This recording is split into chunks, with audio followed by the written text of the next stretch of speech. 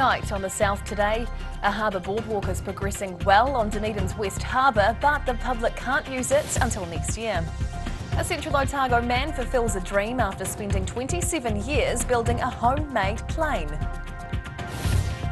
And a Middlemarch rugby team is frustrated at having a home final taken off them despite topping their competition.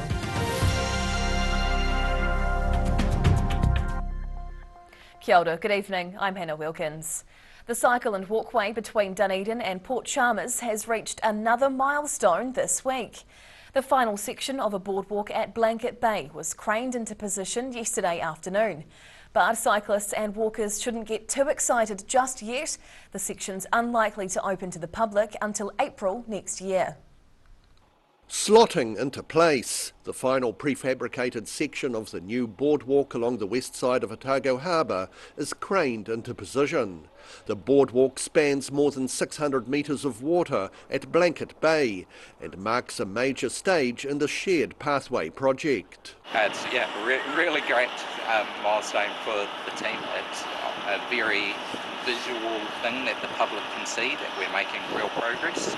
The boardwalk is just part of a 5-kilometre long walking and biking path that has been constructed between Dunedin and Port Chalmers. The development originally had a price tag of $26 million, but that's ballooned out to $43 million. Waka Kotahi have painted the boardwalk surface bright blue as a nod to the surrounding sky and sea. But there's still a lot of work to be done with building up and asphalting the approaches to the boardwalk, plus lighting and safety railings to be installed.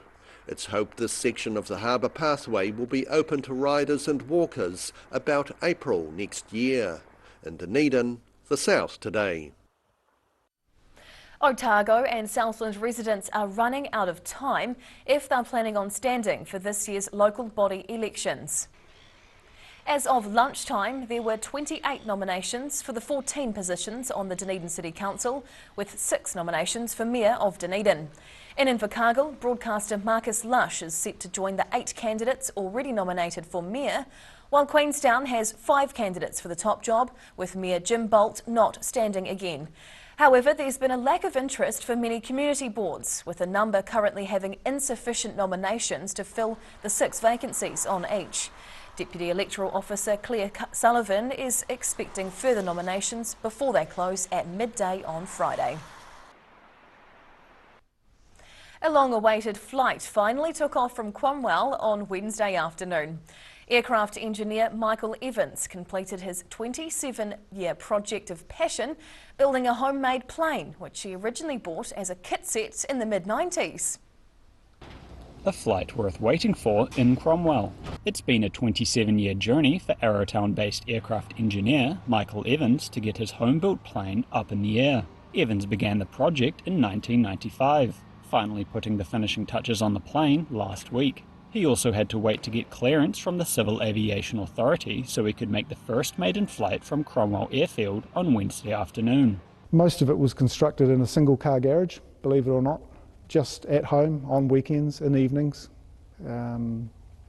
Just step by step really. The kit-set plane cruises at 270 kilometres an hour and has strong aerobatic and handling qualities. It's able to fly for around 4 hours on a full tank of fuel. Evans originally hoped to complete the project in 5 years, but that target proved too ambitious. He says he's invested thousands of hours and well over $100,000 to get the blue and white painted plane off the ground. When these things fly, they usually bring grown men to tears when they see them fly for the first time. So for that reason, I'd rather watch somebody else fly it for me rather than do it myself. He reckons the long project was all worth it, coming away with a wealth of knowledge and has upskilled himself along the way.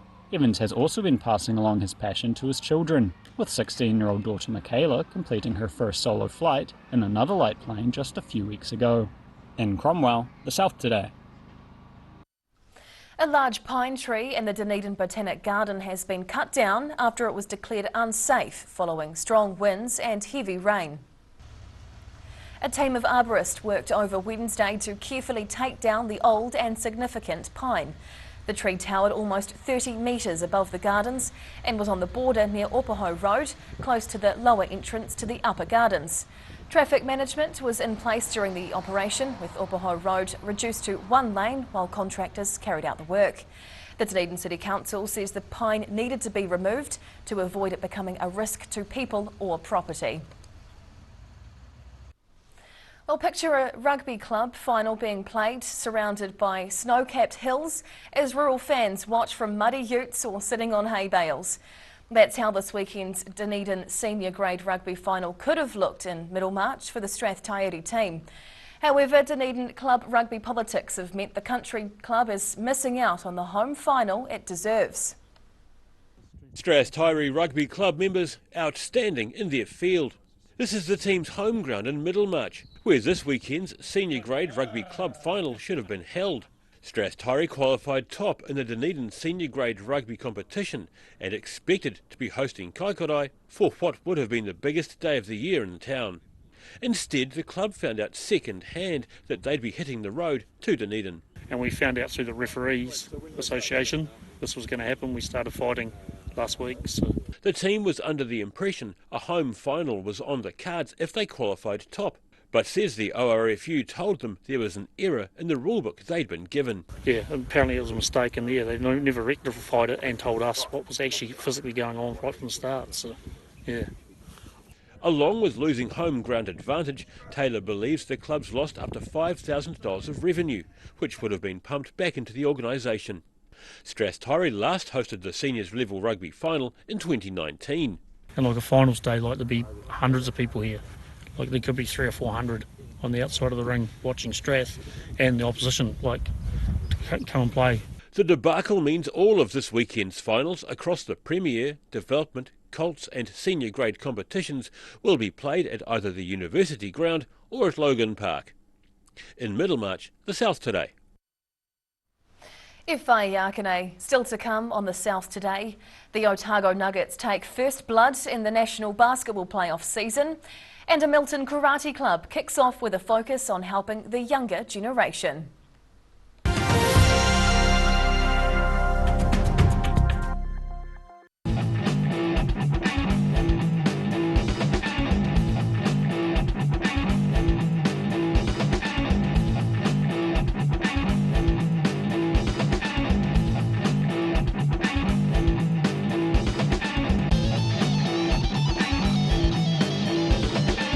Strike gold at John's. John's taken 25 to 75% off everything store-wide. Plus pay it off over 18 months interest-free. And my mate John.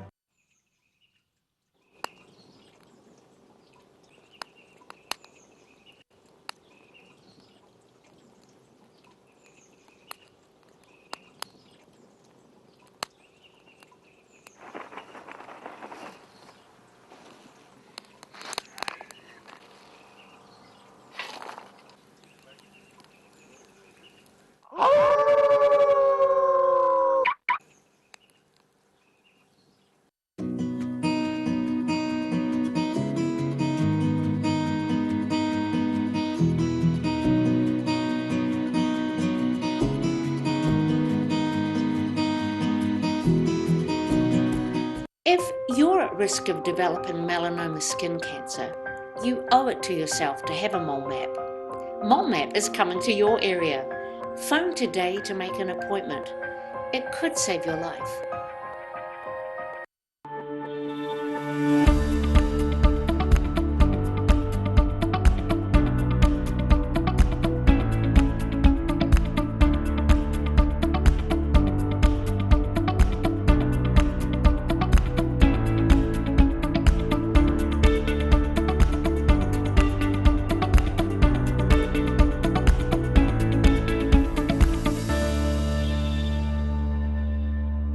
A poorly maintained heat pump can lose up to 35% of its output. The Mr. Heat Pump Cleaner team are experts. Their specially developed chemical wash is totally biodegradable. Call Mr. Heat Pump Cleaner and get the job done by the professionals.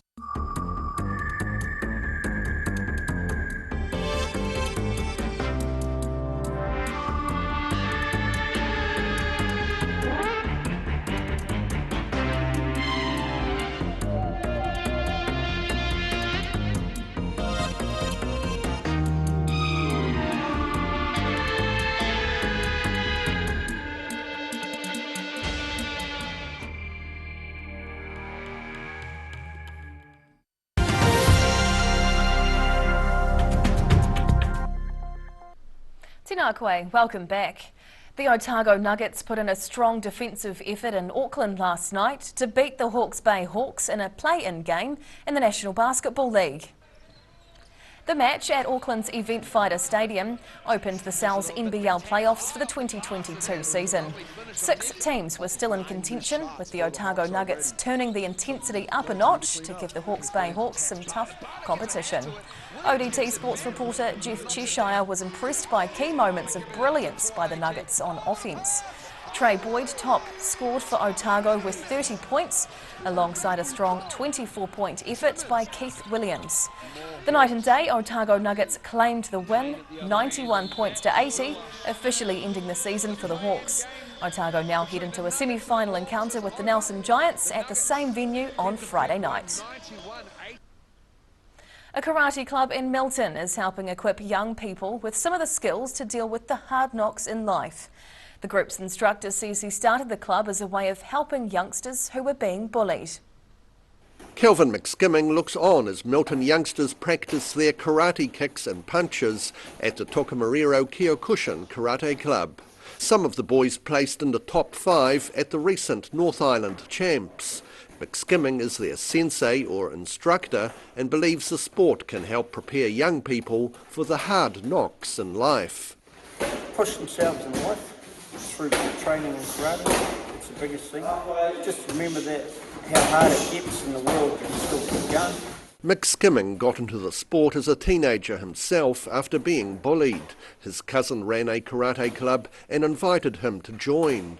McSkimming's now running his own Kyokushin karate-style club at Milton's Coronation Hall, and he's keen to pass on the skills he was taught to deal with bullies to the next generation of teenagers. Started the club because there was other kids around that was like myself, that have been bullied. Just shows them that they can put their mind to something, that they can do something. Kyokushin karate translates as the ultimate truth and is known for its powerful strikes, intensive training and adaptability for fighting and self-defence. In Milton, the South today. And now recapping tonight's top stories on the South today. A harbour boardwalk is progressing well on Dunedin's West Harbour, but cyclists and walkers can't use it until next year. A Central Otago man fulfills a dream, taking to the skies after spending 27 years building a homemade plane. And the Strathtyre Rugby Club are frustrated a home final in Middlemarch has been taken off them despite topping their competition. And time now for a look at the weather. The South Today weather, proudly brought to you by MallMap, the skin cancer detection specialists.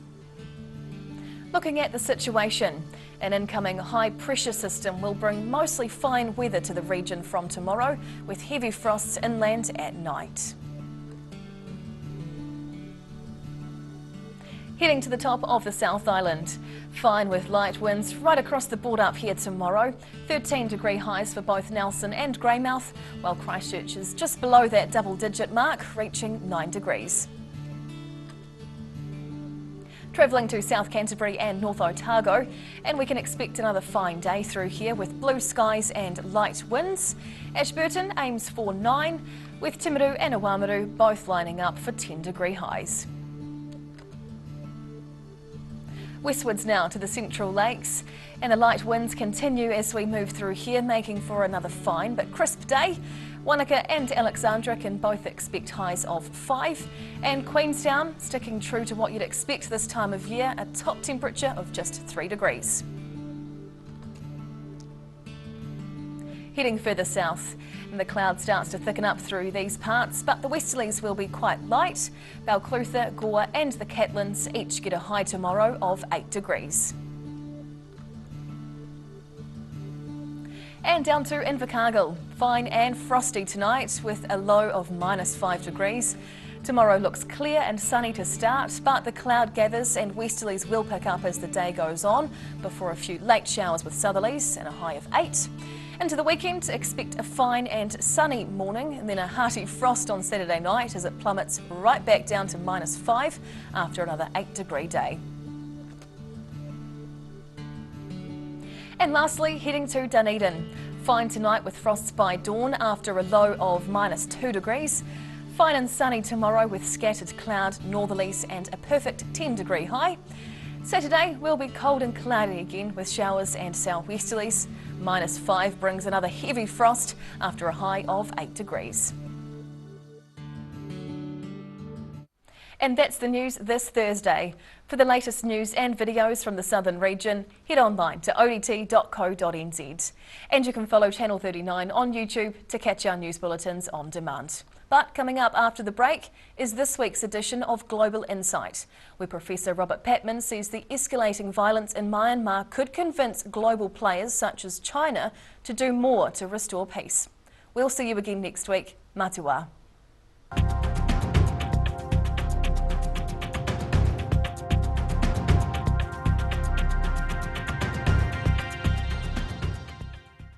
Public interest journalism funded through New Zealand On Air.